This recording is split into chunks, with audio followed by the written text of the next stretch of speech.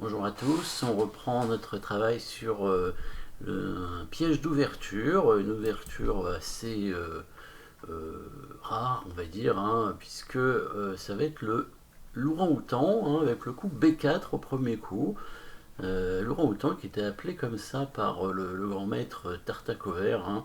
Il y a une anecdote, hein, il était allé voir un zoo à New York pendant son tournoi de New York et il travaillait sur cette ouverture apparemment et donc il a vu un orang-outan et il s'est dit je vais appeler cette ouverture l'ourang-outan. Il y a un spécialiste, un maître qui a joué beaucoup cette variante après, dans les années 50, le maître Sokolski, donc on appelle ça aussi la variante Sokolski. Et chez les joueurs français, il y avait le maître à l'époque, Gilles Miralles, hein, Gilles Miralles qui est devenu grand maître par la suite, qui a beaucoup joué le coup B4 quand il était jeune. B4, donc courant outan, les noirs ici jouent E5, fou B2, donc évidemment attaquant le pion en E5, hein, donc les blancs seraient d'accord pour échanger leur pion B4 contre le pion E5. Alors l'idée, hein, du coup B4, c'est si jamais par exemple les noirs développent leur cavalier en C6, on joue B5 et on vient tout de suite l'attaquer, hein. Ça c'est l'une des idées. Dans cette partie, les noirs ont joué F6, hein, qui est un coup possible. Évidemment, attention, hein, à l'ouverture toujours de cette petite diagonale sur le roi, ça peut être dangereux. Les blancs jouent E4 pour justement essayer de profiter de cette diagonale, hein, avec la dame qui va arriver en H5. Fou prend B4, donc les noirs reprennent le pion, hein, c'est un gambit, hein, de la part des blancs. Et le fou arrive en C4. Donc on voit ici, en fait, c'est revenu un petit peu dans une partie avec E4-5, dans laquelle les noirs ont joué le coup F6, qui est un mauvais coup, hein, dans la variante E4-5. Mais les noirs ont quand même gagné un pion. Alors par contre, il faut arriver à se défendre contre les menaces des blancs, hein, les blancs qui peuvent par exemple menacer de prendre le cavalier et ensuite de faire échec pour récupérer le pion. Après, c'est pas une menace très très grave, hein, c'est simplement le fait de récupérer un pion, peut-être déroquer le roi, mais c'est pas si grave. Les noirs pourraient de toute façon se développer à la limite sans roquer, hein. C'est pas non plus très très important. Les noirs qui veulent empêcher cette idée en développant leur cavalier ici, comme ça sur l'échec, ils mettent leur cavalier en G6, hein, afin de se protéger contre cette attaque. Et les blancs jouent comme un gambiron après avec le coup F4, avec l'idée, menace évidemment de jouer F5. Les noirs qui sont un petit peu dans l'obligation de prendre le pion. Donc c'est un deuxième gambit, un double gambit de la part des blancs, mais là on voit quand même l'activité des pièces, hein, chez les blancs, bah, les fous qui commencent à s'activer, les deux diagonales qui sont ouvertes, le fou de case blanche surtout évidemment, et des options d'amener la dame en batterie devant le fou, hein, pour créer une menace discrète ici sur le mat, et c'est l'idée du prochain coup des blancs. Et les blancs jouent tranquillement le petit coup à 3 pour attaquer le fou. Alors pour l'instant, les noirs n'ont pas fait trop d'erreurs, hein. Ils n'ont pas fait d'erreurs vraiment, peut-être pas joué les meilleurs coups dans l'ouverture, mais ça va, c'est jouable.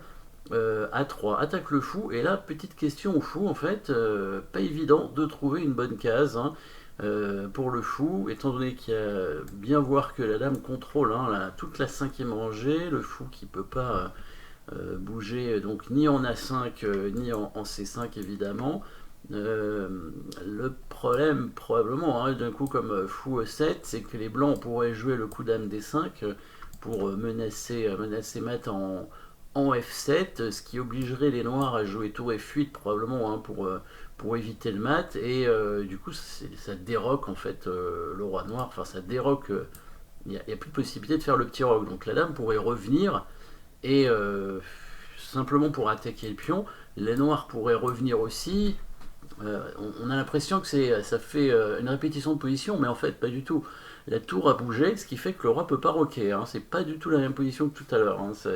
Maintenant les blancs peuvent continuer leur développement, et le roi noir va devoir, s'il veut se protéger, aller sur les dames.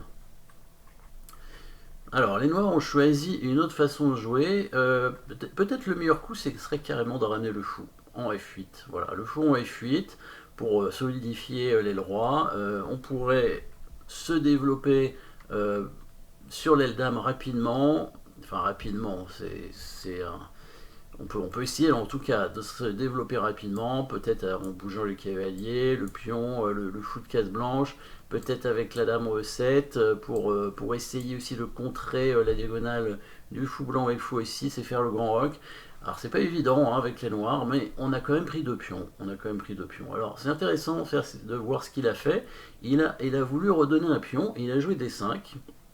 Donc une bonne idée probablement hein, pour essayer de sortir rapidement le fou blanc. Donc il redonne un pion comme il a 2 pions d'avance, c'est assez logique. Donc les blancs prennent avec le fou pour conserver leur diagonale. Ils ne veulent pas prendre de la dame, il ne faut pas échanger les dames. Évidemment, le fou blanc étant attaqué, les noirs ne prennent pas le fou, hein, ils ne veulent pas l'échanger. Donc ils prennent le fou, et là les noirs continuent l'attaque sur le fou. Et en fait, avec ce coup, ils rendent un deuxième pion, hein, puisque les blancs ici pourraient prendre le fou, les noirs donc devront prendre ce fou, et les blancs récupéreraient le pion qui est protégé par la dame. Hein, ils pourraient prendre avec le pion ou prendre avec la dame pour rentrer en finale éventuellement. Et du coup, équilibrer le matériel. Les noirs qui se sont dit, j'ai une position quand même assez difficile, je préfère rendre les pions. Et les blancs n'ont pas voulu, ils continuent sur leur agression et conservent le fou, ils ont raison probablement. Et là, les noirs font tout de suite une erreur, il fallait ramener tout simplement le fou en D6 cette fois. Donc voilà, l'intérêt d'avoir joué ça avec les noirs, c'est que les noirs ont eu le temps d'avancer le pion en C6, et donc il n'y a plus la possibilité de batterie avec la dame blanche en D5. Par contre, les noirs peuvent tout de même pas faire le petit roc, hein, et on va continuer la partie, peut-être cavalier F3, les blancs vont faire le petit roc, ils vont faire le jeu de pion central. Position qui n'est pas si facile pour les noirs à jouer, hein, quand même.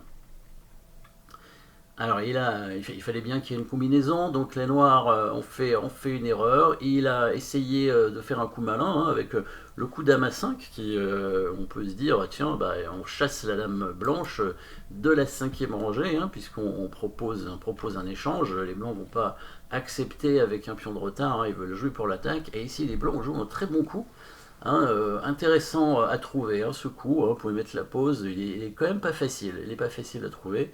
Les blancs qui vont intercepter l'attaque de la dame noire sur la dame blanche. Bien sûr, on ne peut pas prendre le fou hein, avec les blancs puisque la dame blanche est attaquée. Et si les blancs échangent les dames, le fou reprendrait, donc il ne serait plus en prise.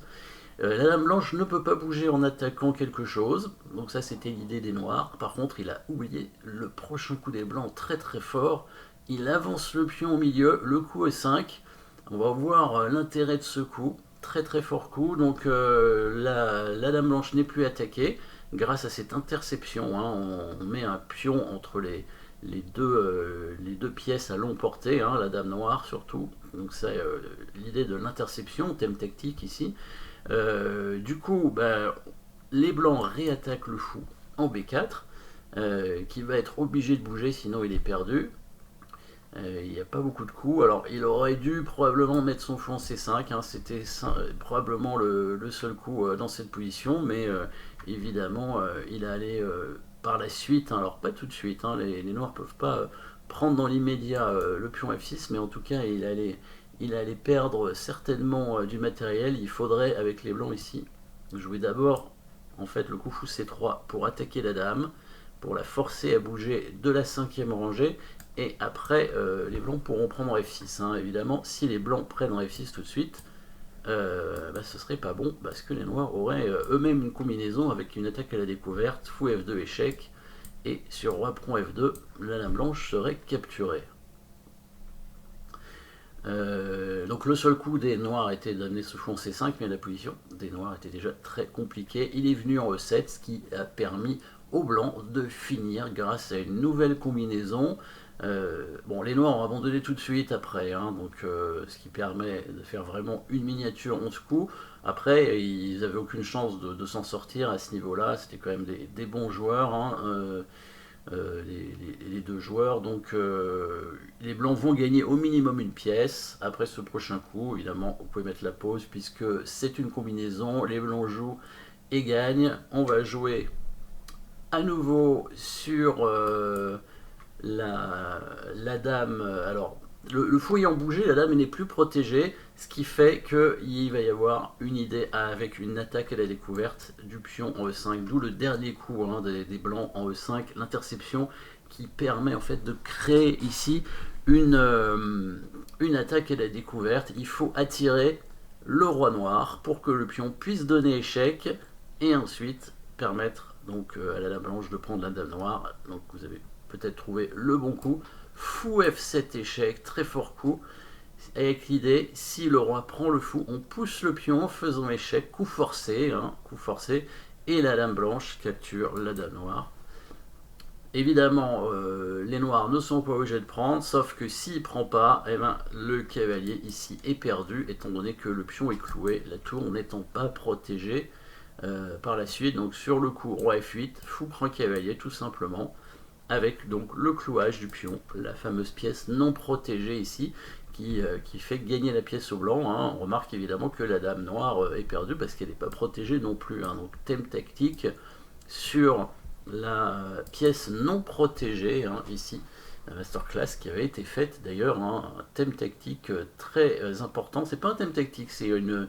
Le thème tactique, ce serait plutôt ici l'attaque à la découverte, tout à l'heure le clouage avec le pion de 5 et l'interception pardon avec le pion de 5 et ici le clouage, donc trois thèmes tactiques différents avec donc le clouage ici du pion en H7 avec les pièces non protégées qui permettent de créer la tactique en fait.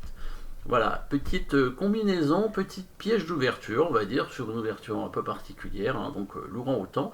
Et ben, merci d'avoir suivi cette partie, et puis à très bientôt.